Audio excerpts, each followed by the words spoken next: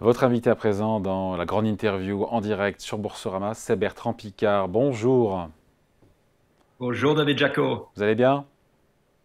Vous êtes mieux en que le Suisse là? monde. Vous êtes où, hein? Oui, je suis en Suisse exceptionnellement. Je suis pas en train de voyager. Bon, on vous présente plus, explorateur, psychiatre, pilote, grand homme diront certains, président fondateur de la fondation Solar Impulse. Euh, pour celles et ceux qui sont inquiets, il y en a beaucoup face au dérèglement, j'ai envie de dire géopolitique, mais ce n'est pas le sujet, là on est sur les sujets climatiques, au dérèglement climatique du monde. Il faut parler de cette exposition Ville de demain, à votre initiative à la Cité des Sciences et de l'Industrie, c'est jusqu'au 7 janvier. On y découvre ce pourquoi vous militez depuis des mois et des années, les solutions qui existent aujourd'hui, pas celles de demain, celles qui sont déjà dès aujourd'hui opérationnelles pour lutter contre le réchauffement climatique et rendre nos villes plus durables parce que ce sont bien elles qui polluent. Les villes polluent beaucoup, l'industrie, l'agriculture, la mobilité. En fait, vous savez, ce qui pollue le plus, c'est l'inefficience, c'est le gaspillage. On vit dans un monde du passé. On vit dans un monde qui utilise des vieilles infrastructures, des vieux systèmes, des vieilles sources d'énergie qui datent du début de l'ère pétrolière. Et c'est ça qu'il faut changer. Donc en fait, le défi est magnifique si on regarde. C'est pas quelque chose qui doit nous déprimer ou nous angoisser. Le défi, c'est la modernisation de notre monde. C'est la transformation pour passer du gaspillage à l'efficience.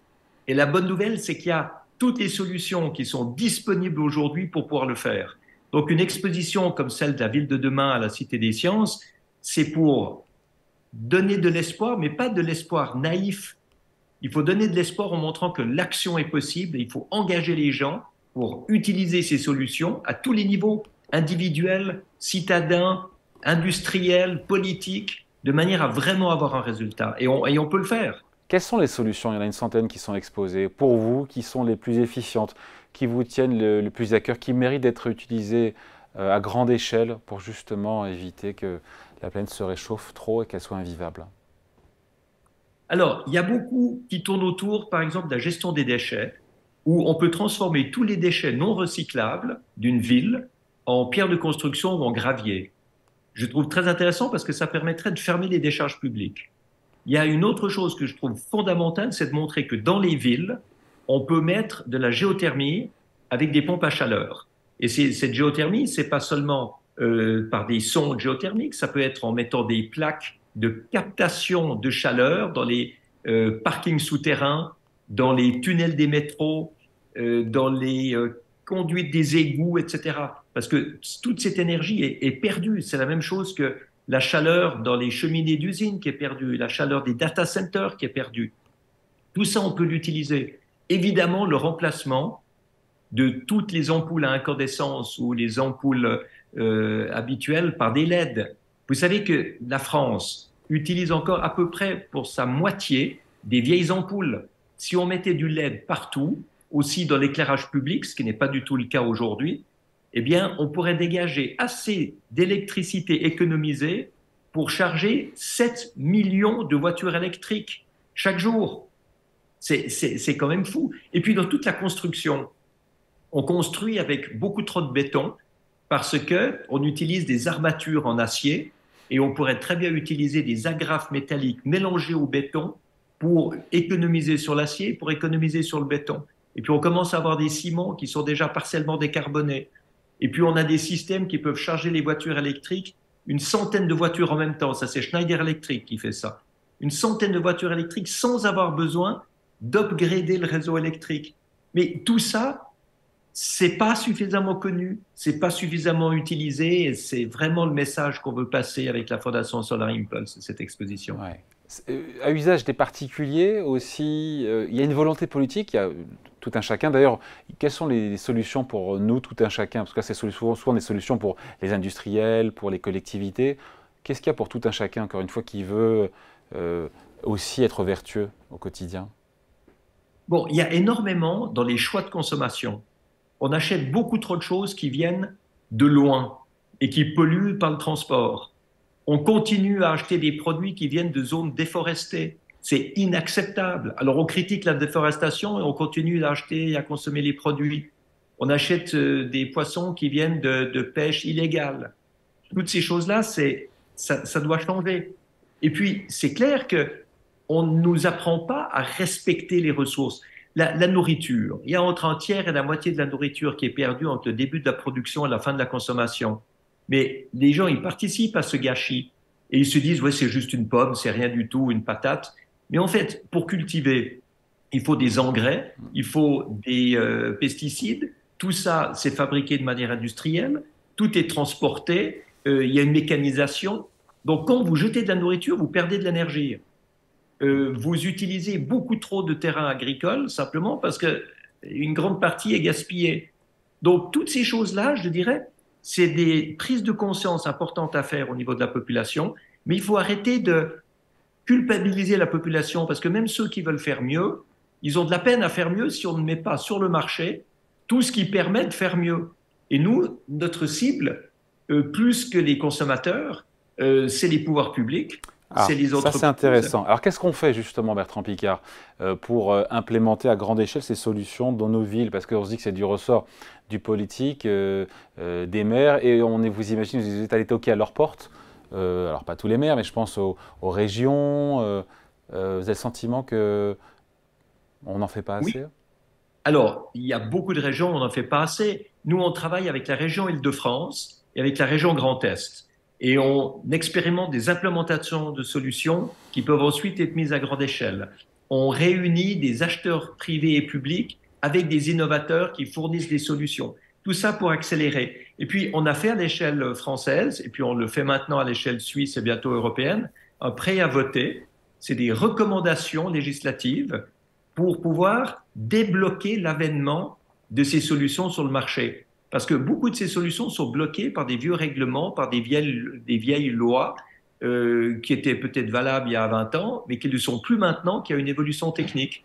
Donc, par exemple, on continue à privilégier dans un marché public ce qui est le moins cher aujourd'hui à l'achat, même si pendant 10 ans, ça va coûter beaucoup, beaucoup plus cher, alors qu'on devrait clairement accepter d'investir un peu aujourd'hui dans des infrastructures qui vont permettre de coûter beaucoup moins cher sur les 10 ans qui suivent. Donc il y a des changements très importants à faire et c'est clair que pour ça, il faut changer le narratif. Hmm. Il faut arrêter de dire que la transition écologique va coûter cher, qu'elle est rébarbative, qu'elle va causer une décroissance économique, des pertes d'emplois, Mais il y a quand même etc. des efforts, pardon, Bertrand C'est pas tout Piccard, le monde. il y a tout de même des efforts à faire. Il faudra aussi, on le sait, être un peu plus frugaux, économes. Il y a des efforts de sobriété énergétique indispensables dans nos comportements. Peut-être aussi manger moins de viande. Jean-Marc Jancovici, qui était avec nous il y a quelques semaines, nous parlait de 4 voyages en avion maximum par habitant de cette terre au cours d'une vie. D'accord? Alors, si vous voulez effrayer tout le monde, éloigner les décideurs de la transition écologique, si vous voulez que les industriels deviennent des opposants à l'écologie, eh bien, il faut tenir ce langage. Absolument, il faut dire on va limiter, on va faire des sacrifices, on aura une décroissance économique, les gens feront des sacrifices, mais c'est pas ça qu'il faut. Aujourd'hui, on a suffisamment de solutions techniques pour pouvoir être Technique ou efficace. technologique? Technique ou technologique? Alors, écoutez, moi, j'ai commencé à dire technique parce qu'en France, les gens ont peur du mot technologique. Et puis, les gens ensuite disent que je suis un technosolutionniste parce que je dis que la technologie peut amener des solutions. Et Alors, Jean-Marc Jancovici, à demi-mot, vous dit en gros que c'est pas grâce à la technique ou à la technologie, aux solutions techniques ou technologiques, qu'on arrivera à solutionner le problème du dérèglement climatique. eh bien, c'est exactement ça qui nous différencie. C'est-à-dire que Jean-Marc Jancovici, il fait un travail très intéressant, mais il s'adresse beaucoup plus aux citoyens, à la population qui est déjà prête à faire des sacrifices parce que déjà convaincue qu'il faut protéger l'environnement. Moi, je m'adresse à d'autres cibles. Je m'adresse à ceux qui sont pas du tout convaincus par l'écologie. Et c'est ceux-là qui ont le pouvoir. C'est ceux qui ont peur d'une décroissance économique, c'est ceux qui ont peur de perdre leurs débouchés industriels, c'est ceux qui ont peur que ça leur coûte cher. Et à ceux-là, je dis qu'il y a un autre narratif. Je dis qu'il y a des solutions techniques qui existent. Aujourd'hui, c'est pas du technosolutionnisme qui donne un alibi pour rien faire maintenant parce qu'il y aura peut-être des solutions plus tard. C'est des solutions techniques qui existent aujourd'hui pour être plus efficient. Mais est-ce que les Efficient. consommateurs, est-ce que les citoyens lambda ont les moyens, entre guillemets, de se payer ces solutions techniques-là, ou encore une fois, c'est aux politiques de les implémenter et de les financer? Alors, toutes les solutions que la Fondation Solar Impulse a répertoriées et labellisées sont des solutions qui existent aujourd'hui, qui sont écologiques et qui font un sens économique. C'est-à-dire qu'un citoyen qui les utilise va économiser de l'argent en même temps qu'économiser des ressources et économiser de la pollution. Si vous mettez une pompe à chaleur aujourd'hui dans votre maison, à la place d'un radiateur électrique Ça pas coûte cher la résistant pompe à chaleur, le reste à charge est important, hein. qu'une chaleur ou qu'un chauffage au mazout ou au fuel, au gaz, etc. Si vous mettez ça, vous pouvez économiser jusqu'à 80% de votre facture d'énergie. Alors ça, il faut impliquer les banques et les leasing. C'est vrai qu'il n'y a pas tout le monde qui a l'occasion ou la possibilité d'acheter sa pompe à chaleur cash pour la mettre chez lui. Et il peut emprunter, mais il peut emprunter. Et quand il emprunte, eh ben, il remboursera extrêmement facilement sur les économies de charges qu'il aura chaque mois, des économies d'énergie. C'est ça qu'il faut faire comprendre aux gens. C'est que dans cette transition écologique, il y a énormément de solutions qui permettent à tous les citoyens, même les gens les plus démunis, d'économiser, de payer moins et d'augmenter leur pouvoir d'achat. Donc, c'est une action sociale également. C'est pas du tout quelque chose qui va coûter cher. C'est quelque chose qui va nécessiter un investissement ou des prêts ou des emprunts, ou des hypothèques ou des soutiens pour ceux, des prêts à taux zéro pour ceux qui n'ont vraiment pas de moyens. Mais ça permettra d'économiser énormément d'énergie et énormément d'argent à tous les niveaux. Et si on ne fait pas passer ce message-là, eh bien, on va continuer à créer ce fossé entre ceux qui veulent heureusement protéger l'environnement et ceux qui ne savent pas comment le faire et qui résistent. On a justement un gouvernement français qui, à la rentrée, en cet automne, a dévoilé sa feuille de route écologique, cette planification écologique avec justement des pompes à chaleur, le développement à grande échelle des pompes à chaleur, sortie du charbon d'ici 2027, 1 million de voitures électriques produites sur le sol français d'ici 2027, le leasing à 100 euros par mois pour avoir une voiture électrique. Tout ça va dans le bon sens ou c'est déjà ça ou c'est pas suffisant? C'est déjà ça. C'est déjà ça. Mais ce qu'il faut bien comprendre, c'est que quand on met des buts très ambitieux, ensuite, il faut mettre en place les solutions techniques pour arriver à réaliser ces buts. Ça ne sert à rien de dire on va être neutre sur le plan carbone en 2050 si on n'explique pas exactement comment on va y arriver. Et c'est pour ça que je pense qu'on parle un peu trop des buts à atteindre et pas assez des moyens d'atteindre ces buts. Et notre fondation est là pour amener des solutions qui existent aujourd'hui et qui peuvent être utilisées. Et j'en parle avec le ministre de l'Industrie, avec le ministre de l'Économie, avec la ministre de l'Énergie. Tout ça, c'est des choses qui sont en route et on soutient cet effort avec des actions extrêmement pratiques et très terre à terre. C'est pas du tout de Mais au-delà la des technologie. échanges que vous avez, évidemment, parce que vous êtes Bertrand Piccard, donc ils se doivent d'échanger avec vous, mais est-ce que vous avez le sentiment qu'au-delà de vous écouter, de vous entendre, et est-ce que, encore une fois, ces solutions techniques, comment encore une fois, les implémenter à plus grande échelle en France? En fait, ce qu'il faut, c'est, au niveau législatif ou réglementaire, mettre des normes et des standards qui rendent nécessaire l'utilisation des nouvelles solutions qui sont efficientes. Et ça, il suffit de très peu de choses. Par exemple, on a obtenu que dans la loi d'encouragement sur les énergies renouvelables, il y ait automatiquement pour toute nouvelle construction une étude géothermique pour pouvoir montrer aux promoteurs les avantages qu'ils pourraient avoir ou les inconvénients, parce que peut-être que dans certains cas, ça ne marcherait pas. Eh bien, quand on a l'étude géothermique en main et qu'on voit tout ce qu'on économise après l'investissement initial, eh bien, on n'a plus aucune raison de ne pas le faire. Et on va le faire. Et c'est ce genre de choses-là qui ne coûtent rien du tout à l'État et qui permettent aux individus, qui permettent à l'industrie de considérablement moderniser le parc énergétique, le parc immobilier, le parc industriel. Et c'est comme ça à absolument tous les niveaux. C'est comme ça pour la récupération de la chaleur perdue des data centers, sur la récupération des chaleurs perdues dans les cheminées d'usines. Vous savez, notre monde est un monde de gaspillage complet. Alors, je ne dis pas qu'il ne faut pas être sobre. Ce que je dis, c'est qu'avant d'être sobre, il faut déjà arrêter de gaspiller tout ce qu'on gaspille, tout ce qui est totalement inutile de notre consommation. Ça, c'est déjà ce qu'il faut faire aujourd'hui et on peut le faire. Si ça suffit pas, eh bien, il faudra peut-être demander aux gens de faire des sacrifices, mais si on arrive vraiment aujourd'hui à transformer notre mode de consommation quantitative en mode d'économie qualitative, eh bien, on verra qu'on aura déjà fait un pas immense et les solutions sont déjà là pour le faire et pour l'atteindre. Bertrand Piccard, on est à un mois pile poil quasiment de cette COP28 à Dubaï où vous allez vous rendre, j'imagine. Est-ce que, c'est une question, pardon, on a dû vous la poser un milliard de fois, est-ce qu'on peut encore limiter le réchauffement climatique à 1,5 degré? Pour le moment, les accords de Paris ne sont évidemment pas tenus. Je disais ce chiffre, on est quasiment à 3 degrés. On s'oriente, toutes choses égales par ailleurs, vers une hausse des températures d'ici 2100 à 2,8 degrés pour être précis. On est loin du compte, hein. On est très loin du compte et on manquera complètement la cible si on continue à avoir ce narratif de décarbonation sacrificielle qui éloigne un grand nombre de pays, un grand nombre d'entreprises qui se mettent à faire de la résistance active.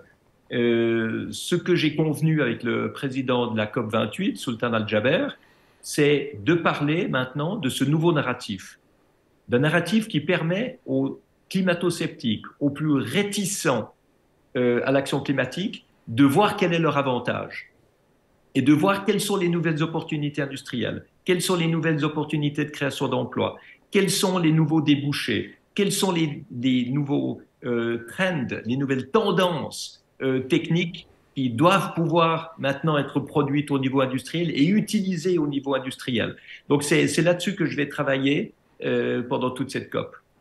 Pour les Françaises et les Français qui nous regardent, qui voient ce débat, effectivement, on rappelle, l'humanité dans son ensemble doit réduire de 40% ses émissions de gaz à effet de serre actuelles d'ici 2030 pour tenir l'objectif de hausse des températures de réchauffement de 1,5 degré d'ici la fin du siècle. Pour le Français, entre guillemets, qui regarde ça, il se dit, mais attendez, mais les deux plus gros pollueurs du monde, ce sont les Américains et les Chinois. Pourquoi ce serait à nous d'être Français, d'être hyper vertueux, alors que le reste du monde ne l'est pas toujours, notamment les gros pollueurs? Parce qu'il ne s'agit pas d'être vertueux, il ne s'agit pas d'être plus écologique que les autres, il ne s'agit pas de décarboner, il s'agit de moderniser. Et c'est pas parce que les autres ont toujours des vieilles infrastructures polluantes que nous, on doit garder les nôtres. Nous, si on modernise, qu'est-ce qu'on va faire? On va moins gaspiller, on va moins perdre, on va moins payer, on va être dans une meilleure qualité de vie, on va être dans un air plus pur, parce que, mine de rien, c'est pas que les changements climatiques, c'est aussi la pollution de l'air, des sols, de l'eau, c'est aussi l'épuisement des ressources naturelles qui fait monter les prix de toutes les ressources. Donc, si on entre dans ce cercle vertueux d'économie efficiente et économie qualitative, eh ben, on vivra mieux, même si les autres vivent mal. Et c'est ça qu'on doit donner comme message. Il ne s'agit pas de faire mieux que les Chinois en termes écologiques, il s'agit de faire mieux que les Chinois et les Américains en termes de modernisation de notre mode de vie. Juste un mot, et on se quitte là-dessus, Bertrand Piccard. On a ce conflit au Proche-Orient. Est-ce que ça risque de rendre encore plus difficile les négociations dans le cadre de la COP28, d'avoir cette coopération multilatérale entre les pays, coopération qui était déjà compliquée avec la guerre en Ukraine? Alors c'est sûr qu'on vit dans un monde de plus en plus clivé, où l'Occident commence à passer pour un donneur de leçons, où nos valeurs sont assez diluées dans un certain laxisme et une certaine pédanterie. Et il faut qu'on soit très clair en Occident, nous ne sommes plus les maîtres du monde. Il faut beaucoup plus dialoguer avec les autres parties en présence, sinon on sera complètement marginalisé. Bon voilà, en attendant, il faut aller voir cette exposition Ville de demain, la Cité des sciences et de l'industrie jusqu'au 7 janvier. Merci à vous, toujours un plaisir d'être avec vous Bertrand Piccard. Avec plaisir, À merci, au bientôt. revoir. Merci, au revoir.